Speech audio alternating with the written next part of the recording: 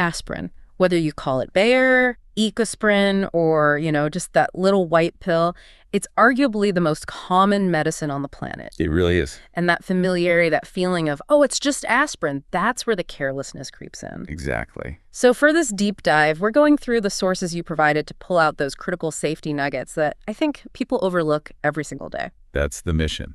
At its core, aspirin is an anti-inflammatory helper. It calms pain, it reduces fever, and it minimizes swelling. Simple, but it demands respect.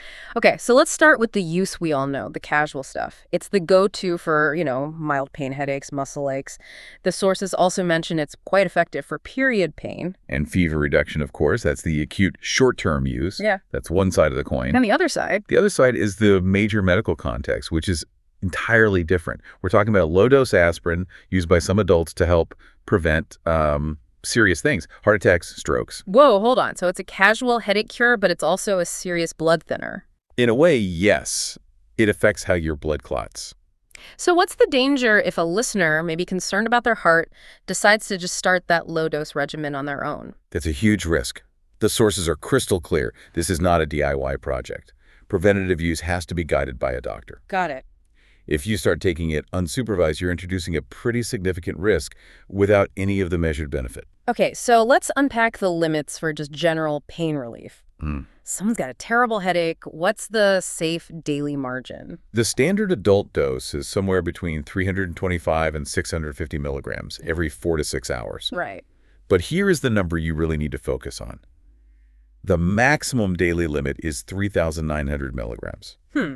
Almost 4 grams. That sounds like a really big number. It does. But think about it. How easy is it for someone to accidentally get near that danger zone, especially if they're taking other over-the-counter flu remedies that might also have pain relievers in them? Oh, yeah. You could stack them without realizing. It's surprisingly easy, which is why that 3,900 milligram ceiling is so essential. You have to check every label. Okay. But beyond just dosing, let's talk about the critical warnings, the things that are a real aha moment for people, especially for parents. Okay. Children should never take aspirin, period. It's linked with something called Ray's syndrome, a rare but life-threatening condition. It's a non-negotiable rule. That feels like the single biggest safety nugget right there. Just burn that into your memory. It is. Beyond that, the serious red flags for adults are things like stomach bleeding or persistent ringing in the ears. Tinnitus. Exactly. In this context, it's often a sign of toxicity.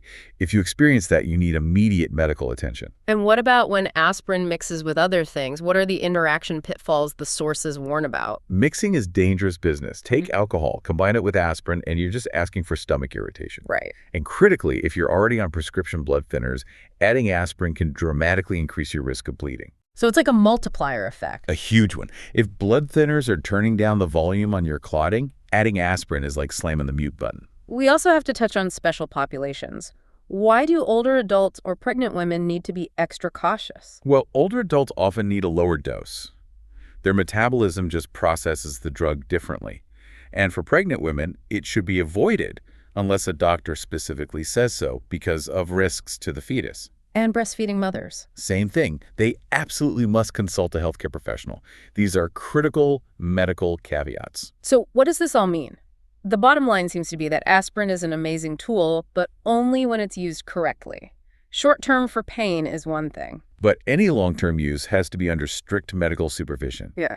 You have to recognize the difference between casually grabbing a pill and, actual therapeutic use. And understanding those interactions, especially the rule for children, is just essential. The discussion about that maximum dosage, that 3,900 milligrams, it raises a really important final question for you, the listener. How often do we check the total daily intake across all our medications, pain relievers, cold medicines, anti-inflammatories, without realizing we're stacking ingredients and maybe getting pretty close to a danger limit? Something to think about.